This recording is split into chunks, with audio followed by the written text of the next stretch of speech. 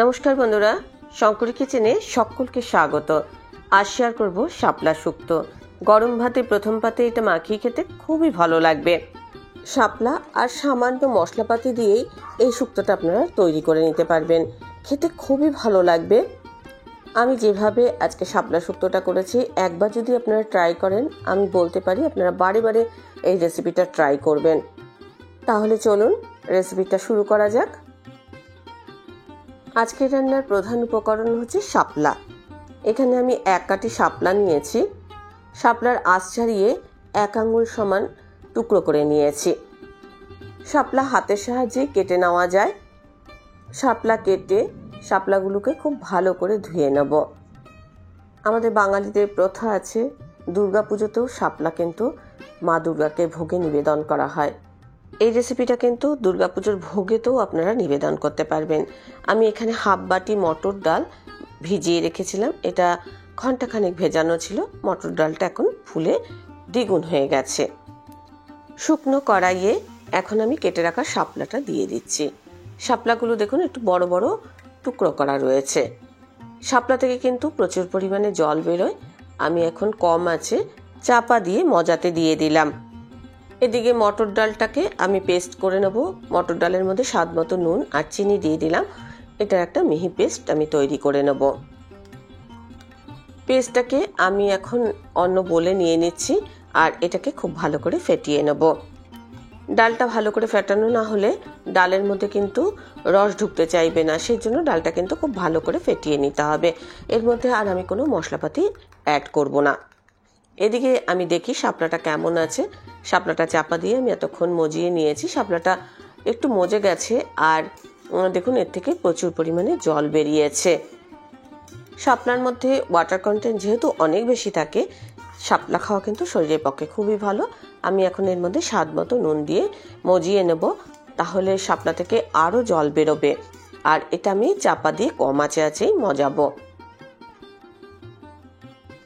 চাপা খুলে আপনাদের একটু দেখিয়ে দিচ্ছি। দেখুন এখন নুন দেওয়ার ফলে শাপলা থেকে কিন্তু অনেকটা জল বেরিয়েছে। আমি একটু চেক করে দেখব শাপলাটা ভালোভাবে সেদ্ধ হয়েছে কিনা। শাপলাটা খুব ভালোভাবে সেদ্ধ হয়েছে। আমি শাপলাটাকে এখন অন্য পাত্রে ঢেলে রেখে দিচ্ছি। আর জল জল অবস্থাতেই শাপলাটাকে আমি ঢেলে রাখলাম। এবার কড়াই আমি পরিমাণ মতো সর্ষের তেল দিচ্ছি, যাতে বড়াগুলো ভাজা যায়। মিডিয়াম টু লো ফ্লেমে বড়াগুলো আমি ভেজে নেব।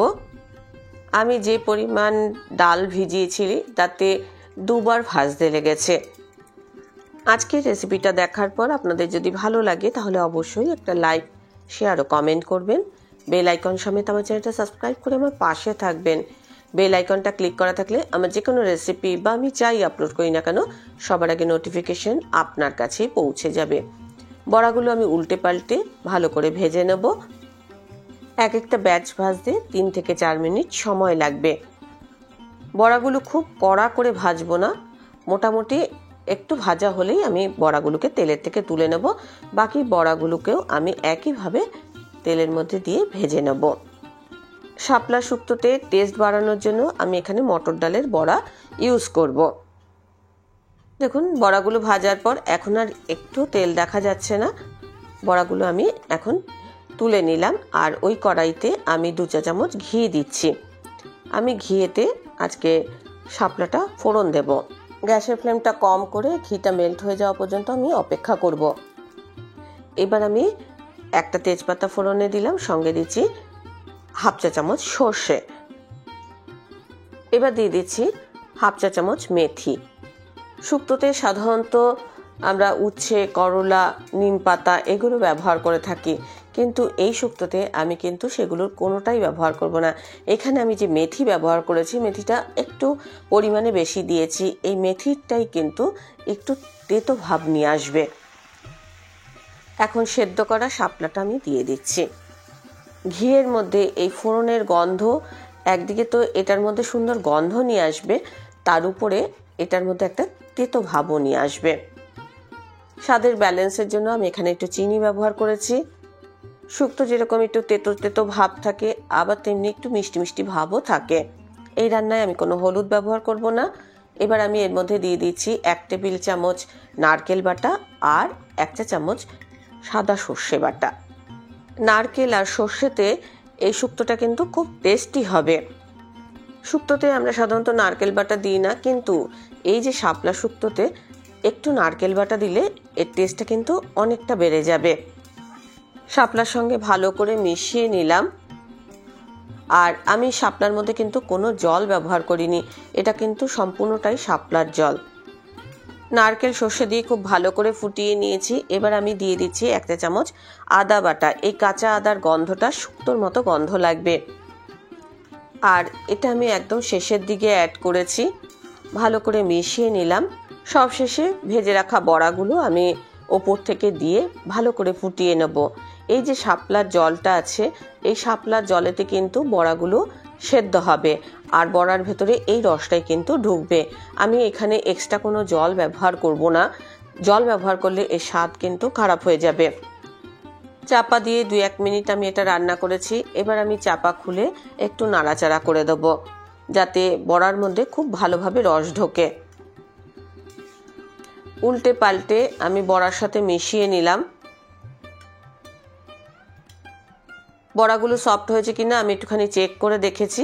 বড়াগুলো একদম সফট হয়েছে। এরকম রস অবস্থাতেই আমি শাপলা শুক্তোটা নামিয়ে ফেলবো।